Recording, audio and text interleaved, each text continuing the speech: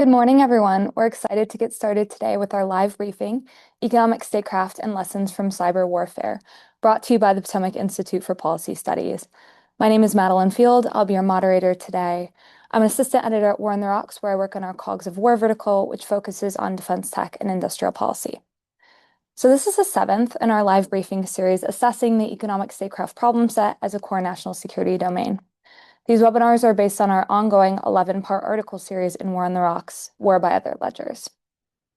So today we'll be discussing why cyber is a critical part of economic statecraft, but also provides a good roadmap for where it needs to go. So I'm thrilled to be joined today by Dr. Jason Blessing, a research fellow at the Potomac Institute. Thanks, Maddie. So to our audience, Jason will be doing a live Q&A at the end of the session. So do feel free to put your questions in the chat as we go on. And this will also be uploaded on YouTube later, so you can check back in and share with friends. So let's jump right into your article, which, as usual, is excellent. You pull two threads throughout the article: that cyber is both a part of economic statecraft, but also provides a roadmap for where it needs to go. So can you provide a little bit more explanation for this main thesis? Sure. So on the aspect that economic and statecraft and cyber statecraft overlap, I think it's important that we look at how both domains or sort of operating realms are set up. One of the main themes in both cyberspace and in the economic space is that the private sectors are the main actors. In the U.S. economy, private sector spending far dwarfs anything that any government spending, right? Depending on what year it is, government spending hovers below 20% of full GDP, right? The same thing if we look more specifically at the technology sector, right? Our technology infrastructure, our communications infrastructure, and all of our internet infrastructure is primarily and dominantly private sector owned and operated. So the government is the key moderator and mediator for a lot of these issues, but the private sector is the key player. I mean, they're on the front lines making the decisions day in and day out, actually engaging in policy execution and implementation. The second is that the tools overlap pretty comprehensively, more so than at first glance. So if we look at, for instance, in the financial sector, is a key element, key domain that I pull on in the article, is where these two really overlap. Almost all of our economic transactions rely on digital tools, right? Whether that's domestic or international wire traffic, automated clearinghouse, ACH, our direct deposit relies on cyber tools.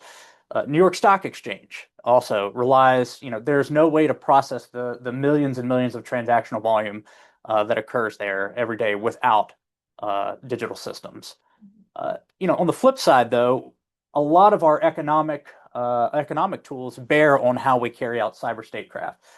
For instance, the president has been clarified and has had the authority since the 70s, but the application of the authority to sanction individuals and sanction and freeze assets or property related with foreign individuals has been more recently applied to cases of Russian cyber interference in election systems, Chinese affiliated hacking groups that have infiltrated critical infrastructure, private companies, to exploit and dig around and pre-position themselves for future gains. So we have a lot of overlapping tools between these two. So, and at the same time, we've got those two ways, at least two ways in which the two domains are similar.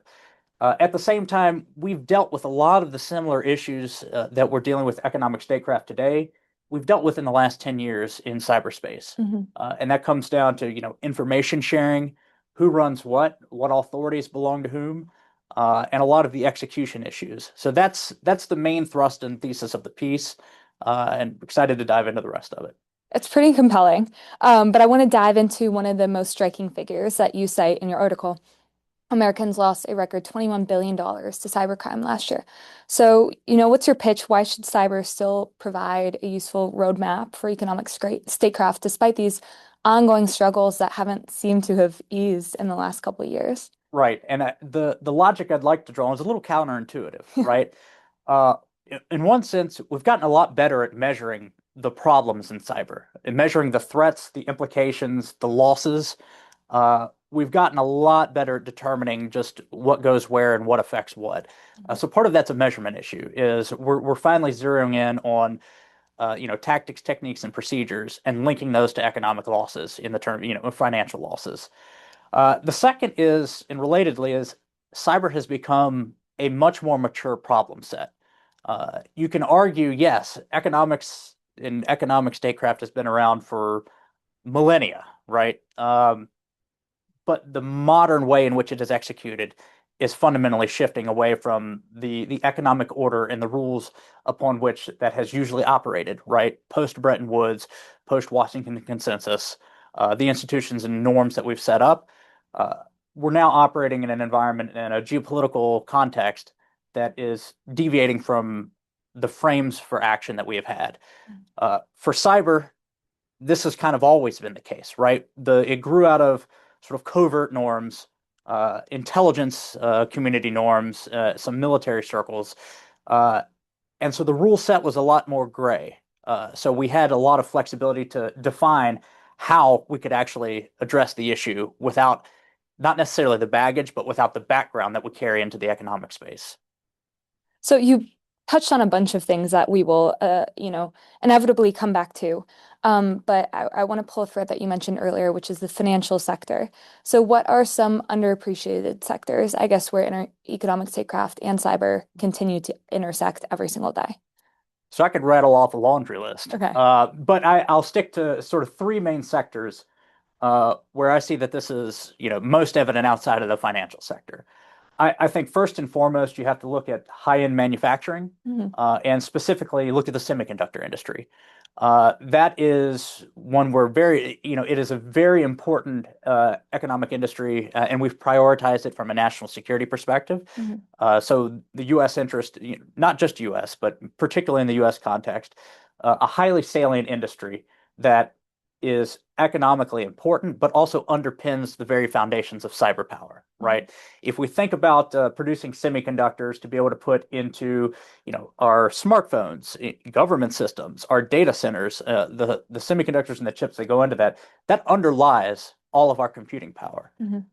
And so anything that adversely affects that sector adversely affects the downhill implications for our technological prowess and our ability to utilize in a free and maneuverable manner that technological power. I would also say that the healthcare sector is one that is often overlooked. It's only about 18% of our GDP this most recent year, but it is, in the service, it's a part of our broader service sector, tertiary sector, and it is crucial for a lot of our innovations and advancements. If we Mhm. look at sort of, biotechnologies, uh, you know, advancement of, I mean, take advancement of RNA vaccines, for instance, Manufacturing. Yeah. manufacturing, exactly, biomanufacturing. Uh, two points stand out about why that also intersects importantly with cyber. What? One Please is, share. Yeah. yeah, one is the sheer amount of data, right? The access to that data to train algorithms, and the privacy considerations around that, not just algorithmically, but also from adversarial states for them to train their own models. Mm. Uh, that data is very valuable. Uh, at the same time, you also have on the very individual level the use of AI and advanced computing to help solve medical problems, and a lot of the not colloquial biohacking, but the more in the terms of gaining access to some of these the modeling that is being done to improve patient conditions or even modeling hospital capacity, downtime, all of these things. And so that's one I would push for people to think a lot more about is there's actually a lot of overlap in the healthcare sector, and that's one that touches everyone individually. And then finally, one that's set back a little further, but that's just as important to economics and to our efforts in cyberspace is the educational sector. Um, the universities, high schools, trade schools, um, any institution of higher education is critical for U.S. innovation. And that's the innovation is the lifeblood of the U.S. economy Mhm. and of our economic system. And that's where our future workforce is developed as well. Um, One of the major issues we have there is intellectual property theft. A lot of the research collaboration issues have now come to sort of national security prominence in terms of foreign individuals working in labs that may have secondhand applicabilities to the Department of Defense or to U.S. national security, or even on U.S. government funded research. The ability, you know, digital theft of a lot of that is occurring, and universities, like hospitals, are some of the least protected facilities because that's a partially budgetary answer. That's partially an open cultural of intellectual exchange environment. So those, I would say, the high-end manufacturing, particularly the semiconductor industry, the healthcare sector, and higher education, are also these flashpoints where we see the intersection of economics and cyberspace. So I think you laid out many compelling reasons why they overlap, but what are some of the very key differences between the two? So there are a few, and we're talking between cyber Yeah. statecraft, for instance, and economic statecraft. First and foremost that comes to mind is attribution, right? In economics, it is even when you have shell corporations, you can follow the money fairly well. Mhm. It is pretty easy to tell who's doing what and what actions are generating from what actors. In cyberspace, not necessarily the case. Attribution can be obscured. There's both technical attribution in terms of assigning technique, tactics, procedures, and specific actions to a threat actor, but there's also political attribution, right? That's less the case economically, where state-owned enterprises, state-backed enterprises, you can very clearly link back to the state. Whereas, let's say, an advanced persistent threat, an APT group, Mhm. it may be known that they have an affiliation, but the direct linking back between that threat actor and their host country, it's a lot fuzzier. So attribution is one clear instance where they're different. I would say you also have different logics, and I kind of mentioned on this initially is, you know, open economic system is, information flows. It's based on, very readily transparent and apparent actions. The logic of cyber is built much more on covert action and subversion, right? That is baked into it. That's not to say that we don't see subversive actions in the economic domain, but that has tended to be the exception and not the rule. Whereas, covert subversion and sabotage that's the rule when it comes to cyberspace. Mhm. And so that's a lot of what the public actions in cyber statecraft attempt to combat. I think another instance is what we're measuring, right? I think we have very, very robust economic measurements, and to a degree, cyber measurements have lagged, right? We are at a point where we are much better at measuring the threats and the impacts, like we did, with the FBI statistics of how much we've lost and being able to connect that to threat actors. There's an entire industry dedicating to mapping the threat ecosystem in cyberspace that has, cropped up in the last 15 years. But the established economic metrics that we have been well tested, well vetted, and fairly universally agreed upon their utility. What's lacking still, I think, in economic statecraft is pivoting some or modifying some of those measures to capture the new emerging threats that we have across supply chains, for instance. Mhm. So measurement, and then finally, I think the biggest glaring difference is the cost of entry. The cost of entry into the economic sphere is much higher than the cost of buying a laptop, going online onto, any sort of form Yeah, that you want. $20,000 in tokens, right? Right, Yeah. or copy and pasting script from a hacker website, right? Yeah. That's case in point. The 2007 the distributed denial service in response to the Bronze Night, the Estonian parliament moving a Soviet-era statue. The first wave of attacks was what we would call script kiddies. They were just copy and pasting, traffic requests to knock websites in Estonia offline. And so the cost of entry to that is pretty low. Mhm. The arguably an outsized impact due to the cost of entry. Conversely, you want to start a small business in the U.S., that's a lot more expensive, and to have an impact that is comparable to the relative impact you would have in cyberspace, it's far, far more difficult. So I would say that those four things are the main differences. I do want to continue to hone in on measurements, I guess, because this was a later question I was going to get to. But what do you think that practitioners can start to do to improve these measurements? Because as you mentioned, it can be very difficult, and I've heard from many people that it's a lack of measurements that might be holding things up. Right. So the short answer to that is I think a lack of measurements is definitely a problem, but measurements flow from intent, Mhm. right? Why am I measuring this? To what end am I measuring this other than my bottom line, right? And businesses, you look at balance sheets. This is an entire, an entire way to look at financial returns is through the balance sheets, right? Uh, that that can't be the only guiding criteria that we have, right? And part of this is an interplay of, you know, and I know we've touched on in previous webinars, signals from government in terms of prioritization and uh, where things are governmental national security priorities and areas that can be prioritized. I think clarifying the signals and the government action will help us better know what to measure. And then Mhm. people that are much smarter than I am in terms of economic measures can then develop measures around that intent. So that's my way to sort of answer that. I am not an economist. I will say that flat out, but uh, measurements always flow from intent. Any research design, anything that you're trying to assess, you have to know why and how you're utilizing those measures to be able to know and reduce measurement error. Yeah, spoken like a true PhD. So I want to turn more to tactics. So in your article, you mentioned defending forward in cyber, and how that became doctrine. How should we more continuously and proactively deny, degrade, disrupt, destroy, um, adversarial activity in economic statecraft? So that is a fantastic question, right? And that's you could argue that's where the parallel starts to break down. Mhm. Um, but my case is that's not a one-to-one, right? We can't defend forward like we do in cyberspace in economics. But the same principles do apply because in cyberspace, it's not just about degrading capability and capacity, in a one-off instance. It's about gaining and maintaining the initiative in cyberspace and denying and reducing the amount of initiative your adversary or a competitor Mhm. can have in that space as well.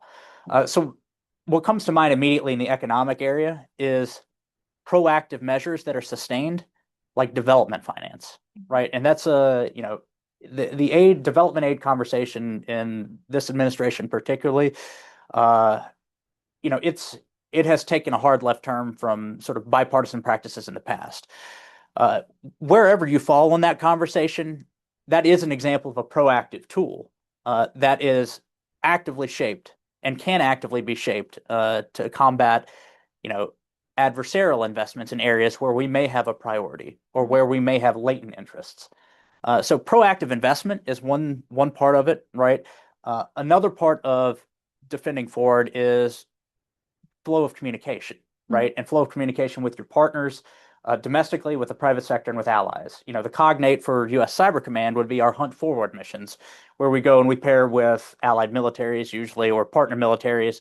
We go through, we help them, assess and clean out their networks. The intelligence that provides back to us helps us defend forward because generally, let's go back to, an area I'm more familiar with, our NATO allies is, we partner with them. Russia tends to attack the those countries first before using the same tactics on us.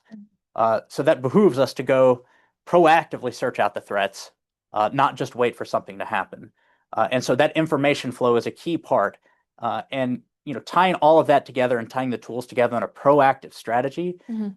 to where we're not sitting back and addressing playing whack-a-mole with tariffs. Mhm. Honestly, that's there is something to be said for the administration's approach to tariffs, and the blanket tariffs on some countries you could see as a proactive strategy, but a lot of them have been reactive. And so the entire point of defending forward is about gaining and maintaining that initiative Mhm. proactively so that a competitor doesn't have the same ability.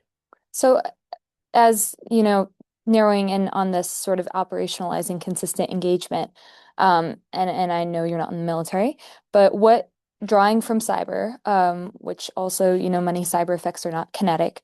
So, what kind of response may an economic statecraft adversarial action, like a fire set at a gas facility, for example, very salient, or an employee leaving a company and stealing secrets, what responses might that warrant? So that's a really interesting question. And part of that, I think, is I've written this in another context when it comes to former intelligence officials joining spyware companies, let's say hypothetically in the United Arab Emirates. Mhm. Um, Hypothetically. hypothetically. Yeah. Uh, Regulation only goes so far in addressing a lot of these issues. It's the punitive measures that we don't necessarily have in place yet. Hmm. You know, the a lot, and we do have the ability to extradite. Let's say you've got someone is an insider threat to a corporation that steals, trade secrets and hands them off to a foreign government that is not friendly. A lot of the punitive measures we don't necessarily have in place right now. We do, but more proactive on the individual level. At the end of the day, there is a lot that the government will have to do to incentivize private sector action, though, Hmm. because most of these incidences, let's say, you can have a regulatory investigation into a gas fire, um, but a lot of the actual implementation has to come from the private sector. And so the question then becomes, how do you start reshaping the private sector calculus so that these actions are part of a business model? So that sounds great. And now I'd like to turn to the crux of your article, which is the three lessons that cyber poses for economic statecraft. So, lesson one details the early, often fragmented approach toward cyber, what it can mean for economic statecraft, which we've talked about a little bit. But it seems, what seems puzzling to me is that 2 decades ago, cyber was quite an emerging technology.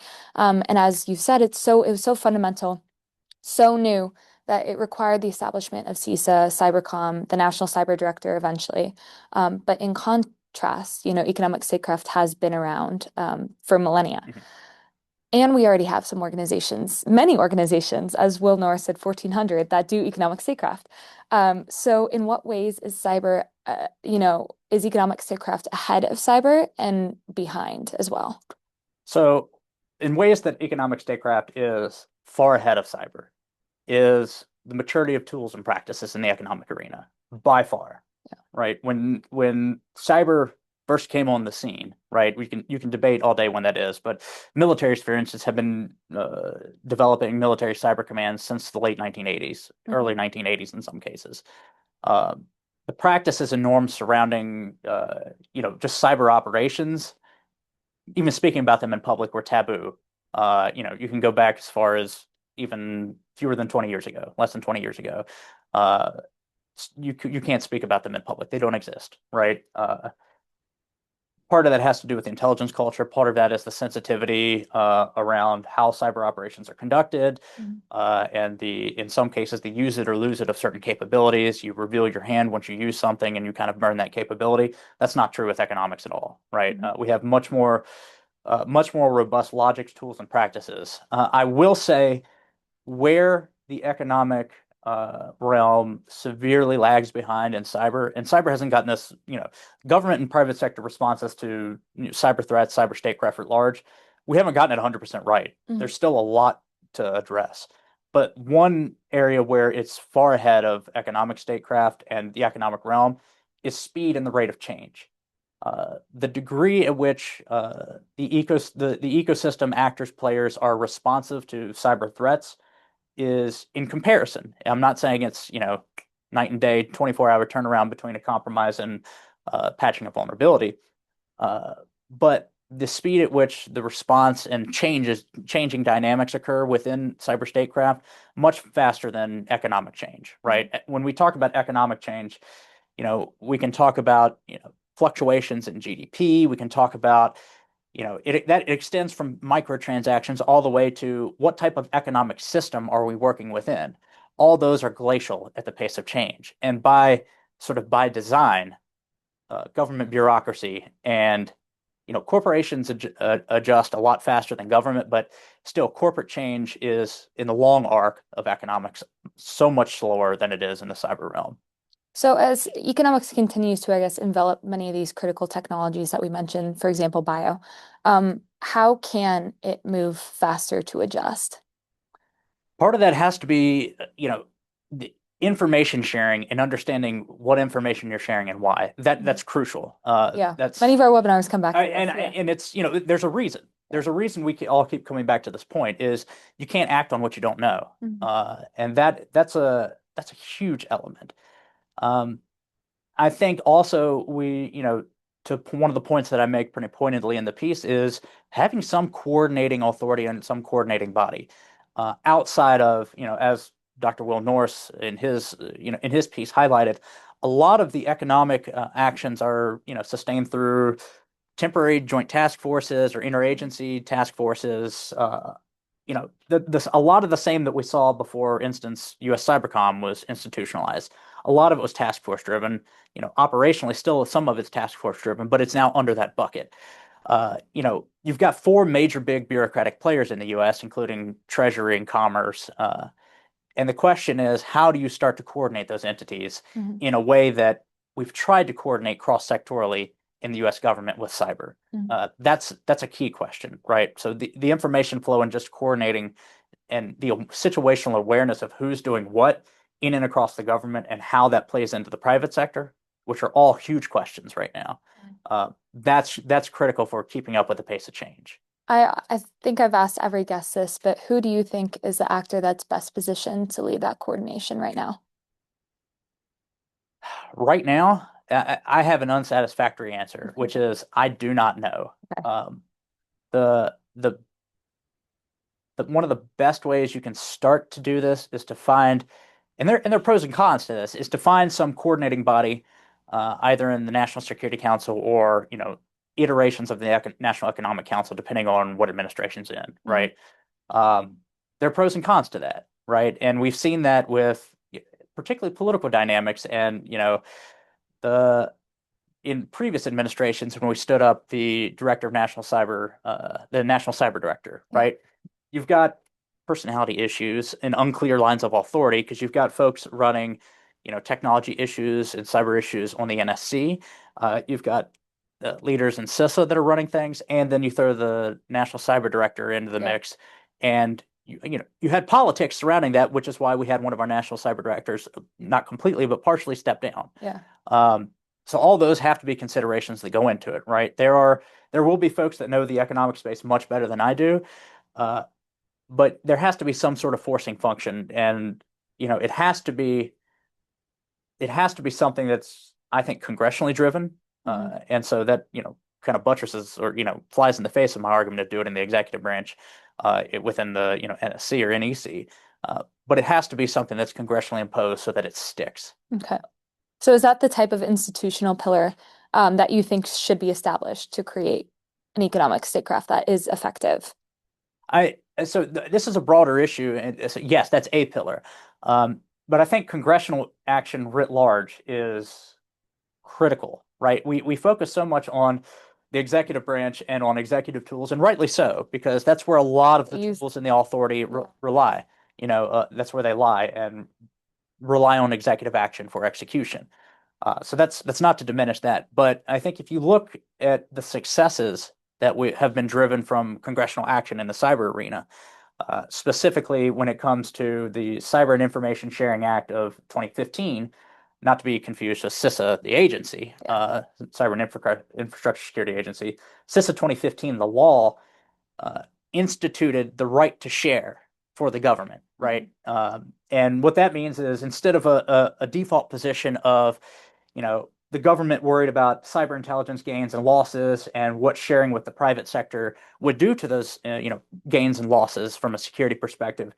The default isn't more open facing and communicative with the private sector Mhm. in sharing cyber threat intelligence, cyber threat information and analysis, and data collection.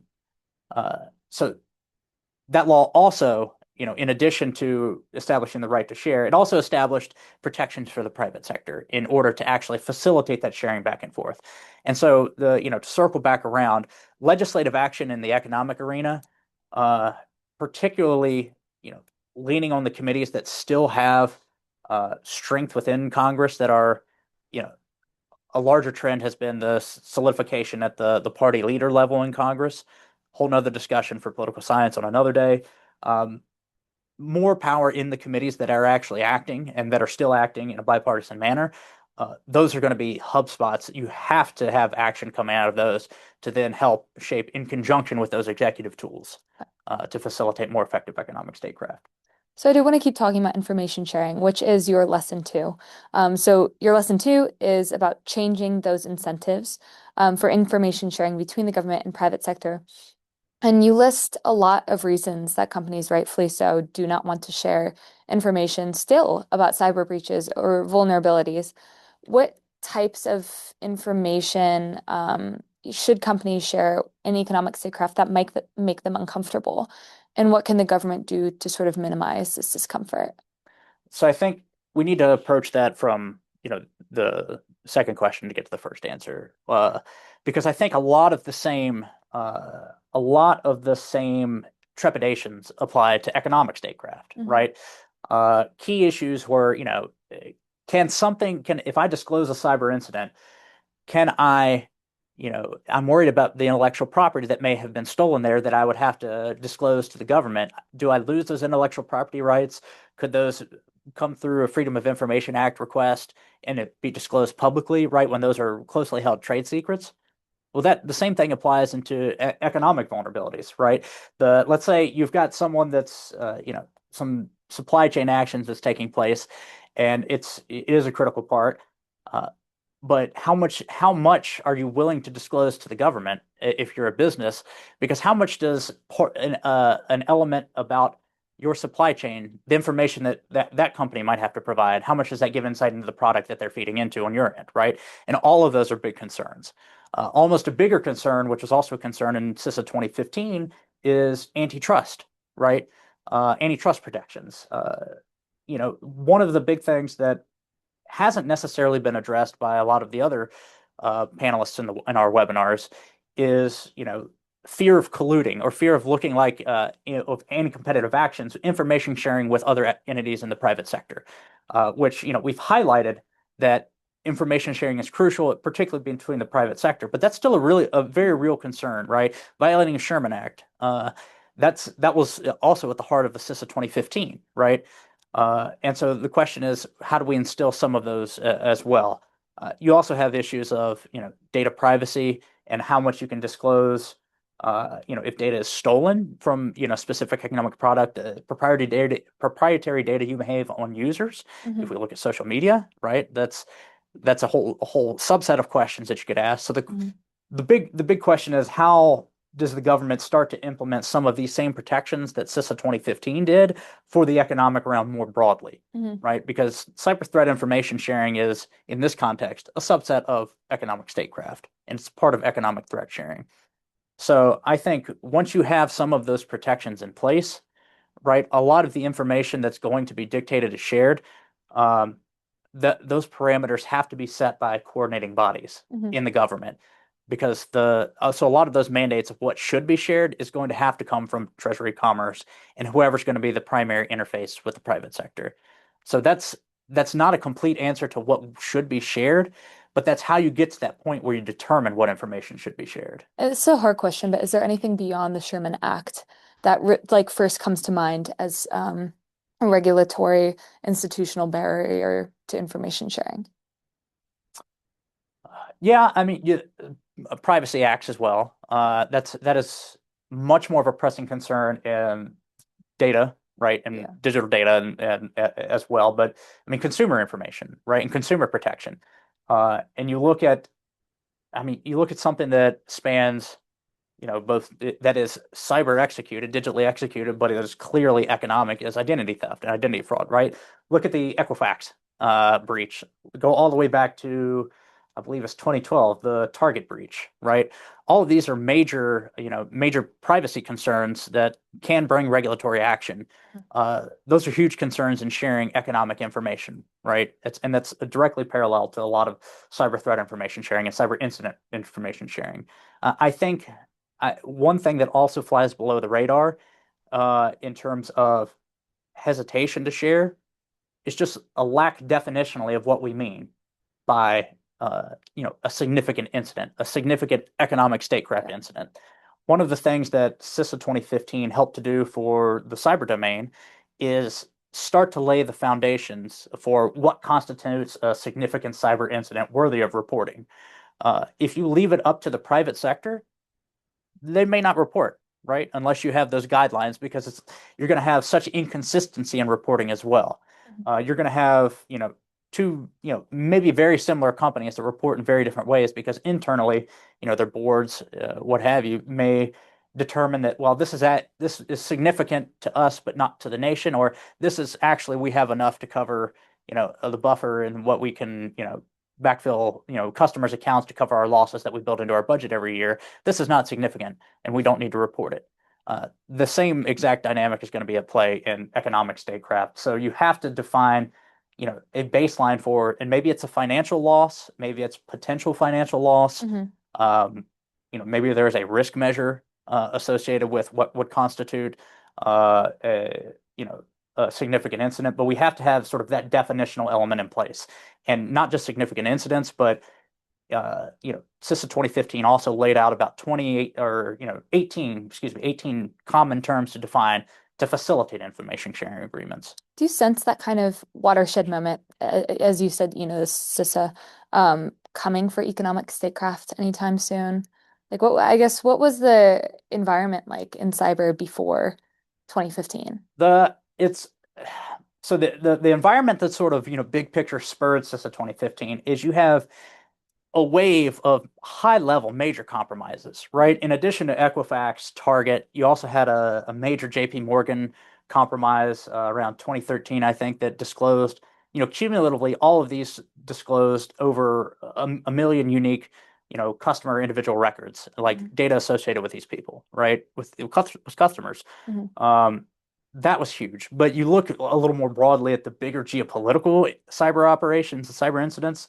I mean, WannaCry, that was massive, Yeah. right? That was the economic ramifications alone from that. I think particularly like I cannot draw the statistic, but one of the most impacted sectors was the UK medical sector, and that hit them so hard in terms of GNP and GDP for the next year. That's like you can't ignore that. Mhm.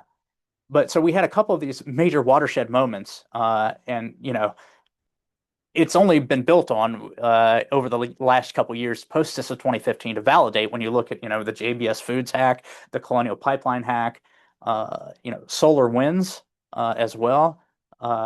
That's the environment before and after that validates why we needed such a watershed moment.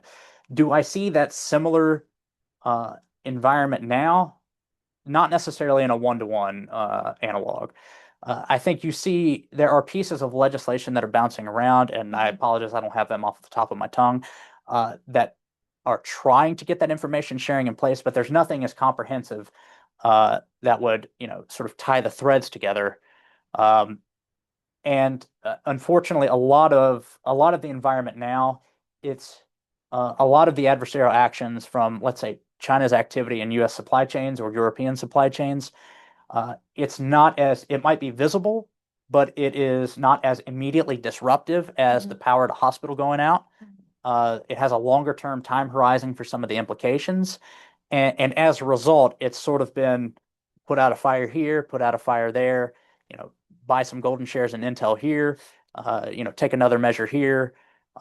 So we haven't sort of seen that widespread immediate effect, that shock factor, I Mhm. think, which has been part of, love it or hate it, the cyber fear, cyber Armageddon, like, uh, you know, that's not necessarily what happens on the ground, but that lives in popular imagination and does help drive, for better or for worse, a lot of decisions. Yeah. So we don't necessarily have that, unless there is an economic crash. Yeah. Uh, And there's a crisis going on. And so it's fascinating it that is. I think there's still not, a level of coordination about the strait. Right. And, Um, and and if you look at the markets, they've largely adjusted to the Strait of Hormuz, yeah. right? And the bottleneck. And the question is, how long can market stability, and Yeah. as just one small specific slice, how A long very important one. it is, it Yeah. is, it is. I mean, but in the domain of examples of how Yeah. to adapt, corporations adapt, companies adapt, and it's, how long are consumers willing to pay for this? How long are corporations willing to bear some of the costs before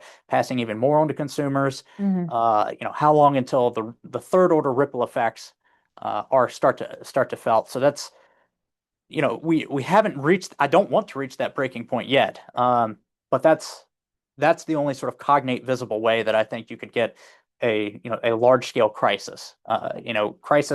Crisis always almost always begets institutional change to some Yeah. degree. I mean, so that's a perfect transition into your next lesson, which is bureaucratic centralization. So should economic statecraft take inspiration from the sort of civil military approach that cyber adopted? And, would cyber have been as effective if it were as decentralized? So I would push back on the nature of that question a little bit, right? Please. Cyber is still highly decentralized Mhm. in terms of the actual execution. The coordination has been much more centralized, right? DoD alone has over 500 organizations that contribute to the conduct and execution of cyber operations. That's still a lot. That's not centralized. Yeah. Yes, a lot of it's still under the U.S. Cybercom umbrella and elements in the NSA and the dual hat partnership. Um, but most of that is highly decentralized and by design, right? You want everyone has a stake in the digital pie Mhm. because everybody's running off of digital elements and digital tools, Mhm. right? So you necessarily have to have full engagement, right? That's going to be the same for economic statecraft. The authorities that Treasury and Commerce and state, right, that they have are you don't want to delegate those authorities.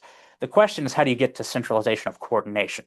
Okay. Um, and so in that instance, yes, there is a lesson to be learned in terms of we established a national cyber director. I think the gains of if we look purely at strategic coherency that's come out of the last several administrations and the role that the Office of National ONCD has played in contributing to and helping develop national cyber strategies as well as sort of cyber workforce strategies. I mean, it's crucial. It's been a big win. Yeah, but so I do want to keep talking about that. They played a huge role. They've been very helpful, as you've said throughout the webinar. But as you alluded to, there have been some political considerations and problems that have come out of that. So, what lessons do you think that economic statecraft can draw from sort of these political problems that have plagued cyber? And that's a monster of a question because the political problems, they cut a number of ways. One is sort of the high leadership level. The politics of bureaucratic leadership is one of the issues, right? You can ameliorate that by who you appoint where for political positions.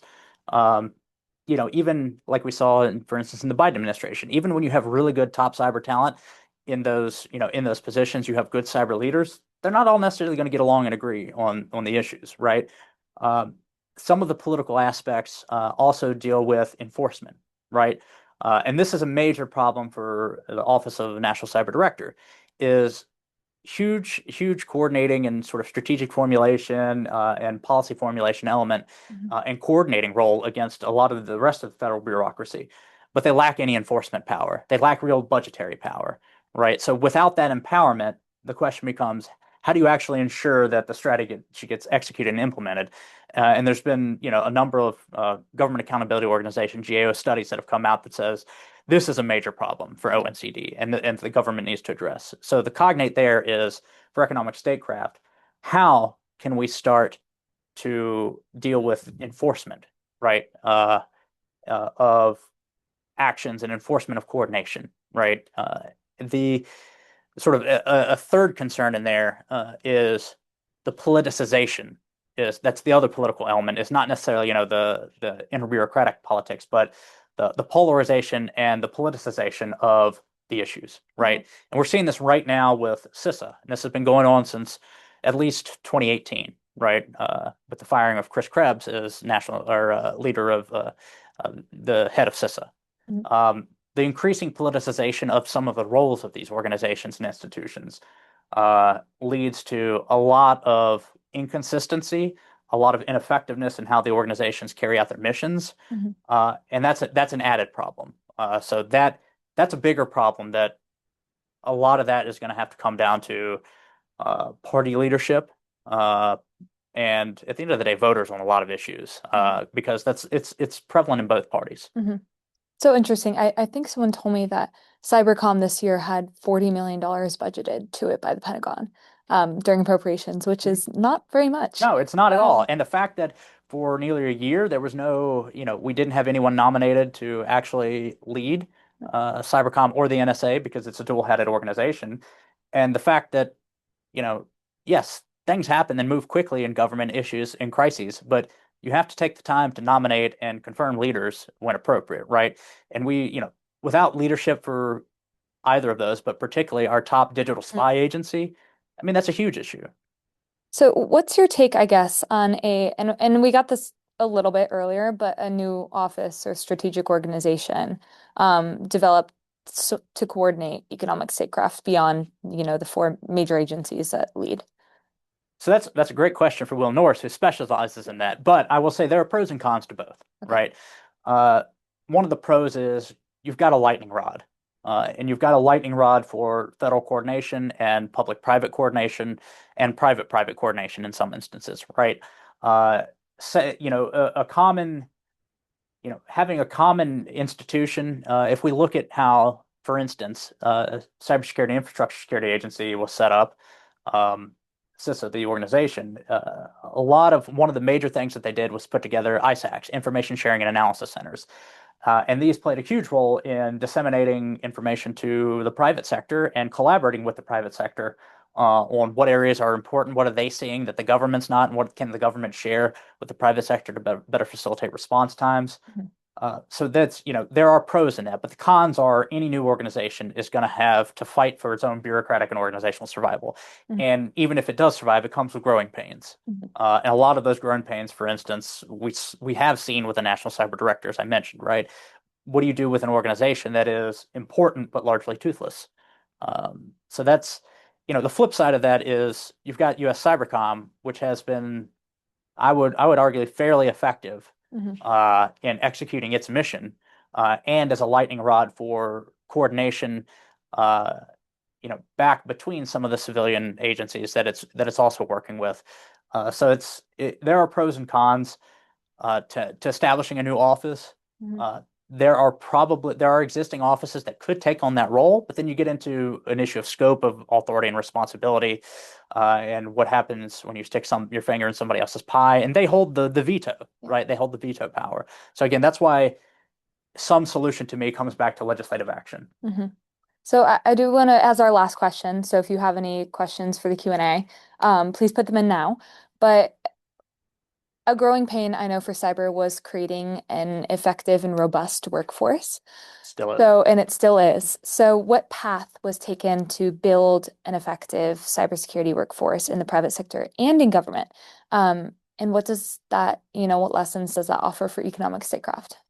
So one of the really interesting examples is, and again, that the OECD helped to push through is the removal for federal recruitment of a 4-year degree Hmm. for cyber talent. So particularly for the civilian workforce. So 2-year or equivalency, because a lot of the skills that and a lot of the most skilled people maybe didn't finish all 4 years of college, Hmm. right? Maybe they gained it on the job in industry, right, in some capacity. So recognizing what actually lies behind the talent, that's not necessarily a number on the paper, but what elements of talent are actually really important to building the workforce, huge recognition, right? I think right now I know Dr. Jen Buss is going to be coming out with an article very soon on some of the dynamics that we need for a workforce for economic statecraft, right? Part of that issue right now is you need a translator, right? And that was one of the huge things that, in the technical aspect, recruiting technical talent for cyberspace and cyber statecraft and any cyber positions is almost easier than recruiting talent for the policy side of it, right? Because how do you find someone that talks between the two technical Hmm. and the policy communities? That's huge for Yeah. economic statecraft as well. Yeah. And so recognizing what type of talent it fills the gap, right? Where's your talent gap actually? Hmm. That's going to be huge, right? And for the government, part of that is getting practitioners right? Practitioners of economic statecraft. How do you train them? Those are the translators that you're talking about Hmm. in this instance. Um, but there are also a lot of hurdles, right? That's sort of a success story. And if you look at a lot of gutting that's happened to the CISA workforce and sort of the federal workforce writ large, but cyber is particularly uh, this particularly plagued the cyber workforce. Um, is how do you give protections to sort of people that want to come in as careerists, right? Mhm. Sort of lifelong federal civil service. Uh, that's going to probably require additional legislative action. You're going to have a lot more congressional oversight of how the executive of how that runs the federal workforce in some instances. Um, independent, empowering some independent watchdogs that we do have. That's going to be a huge issue as well. Some of this dives into, you know, how do you empower, collective bargaining rights in some instances? That's all outside of my expertise. But a lot of those in like judicial review of some actions, like all that has to be in the mix in terms of you have to have those protections in place so that when you do get people in, after you identify the talent that you need, you can keep them in, right? And so to have that consistency across administrations that is going to be crucial in, sustaining, maintaining the initiative economically. Mhm. Um, one of the problems we have right now with cybercom is you've got a basically revolving door of cyber operations, either analysts, technicians, linguists. They all do rotations because they come from the service, rightly so, right? You want all the services involved in cyber because they each have something at stake there. But the model of which the rotating door, like that's a problem. The military has ways around that. The civilian workforce, not so much. Okay. So that's going to be a huge consideration as one, identifying the talent that you need, given the challenges, and then two, keeping and retaining that talent. Mhm. And I think that gets to our first Q&A question, which is, could you provide a little bit more detail on avoiding that partisan flushing of talent? Yeah, I mean, part of that's tough, right? That's a very specific part of that is inherently political and political bargaining, right? Mhm. And that happens behind closed doors on the Hill, and in conjunction with whatever administration. You need, you know, committees are crucial in this regard Mhm. because, you know, committee work is still very quiet, but it's highly impactful, right? Mhm. 20 years ago, committees still had more strength than they do right now, particularly in the House, where a lot of the political leadership is contracted up to party leadership. Um, Taking some of that away from the rank and file in the committees, whole different issue. But part of that problem is, getting bipartisan agreement in some of these areas, right? And the question is, how do you start to frame that, right? Some of those flow from administration priorities of, China as a pacing threat, a pacing adversary.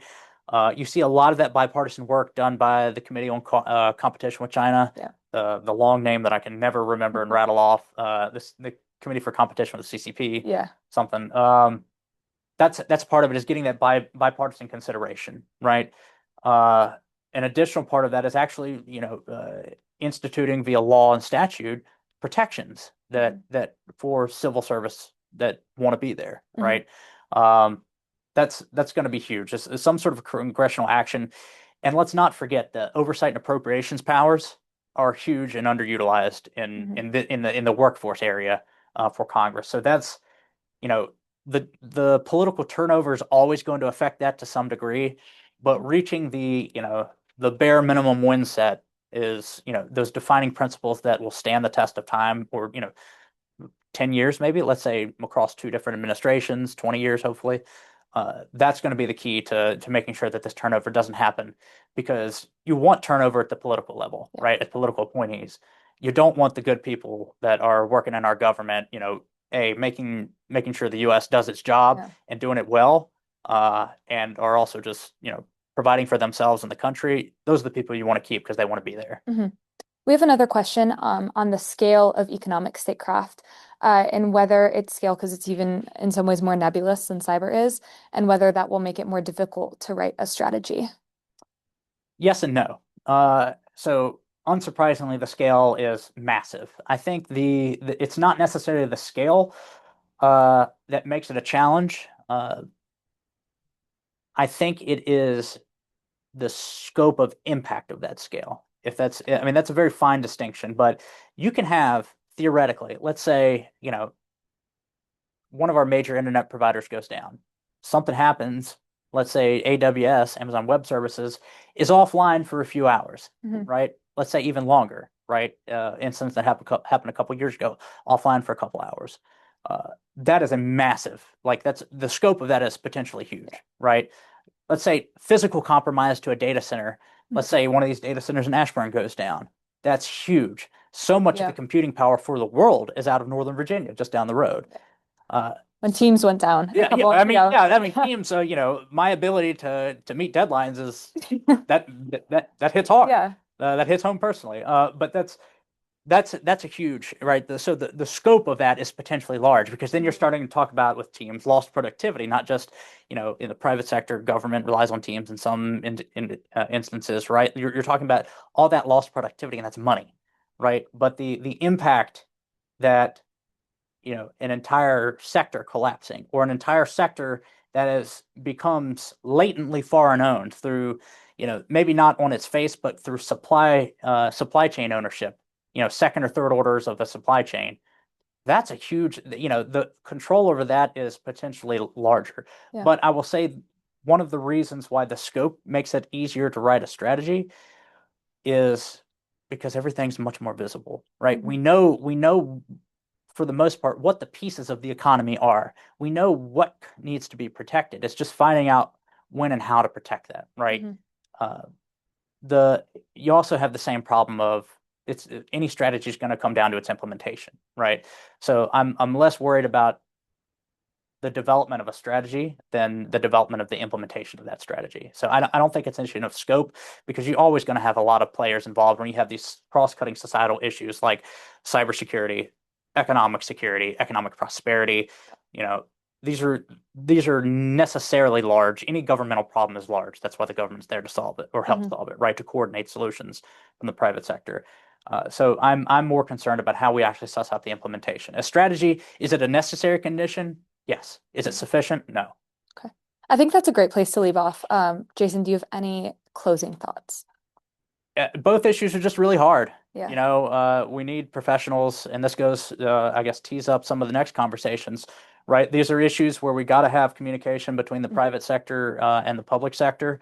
It's all about structuring that and then getting the right people in place, whether that's, appointing heads of a new organization, a new position, and or getting the right workforce in place to help facilitate some of these actions. Those are going to be what set us up for longer term success so that we can then, gain and maintain competitive initiative over time instead of just solution, pivot, solution, pivot, solution.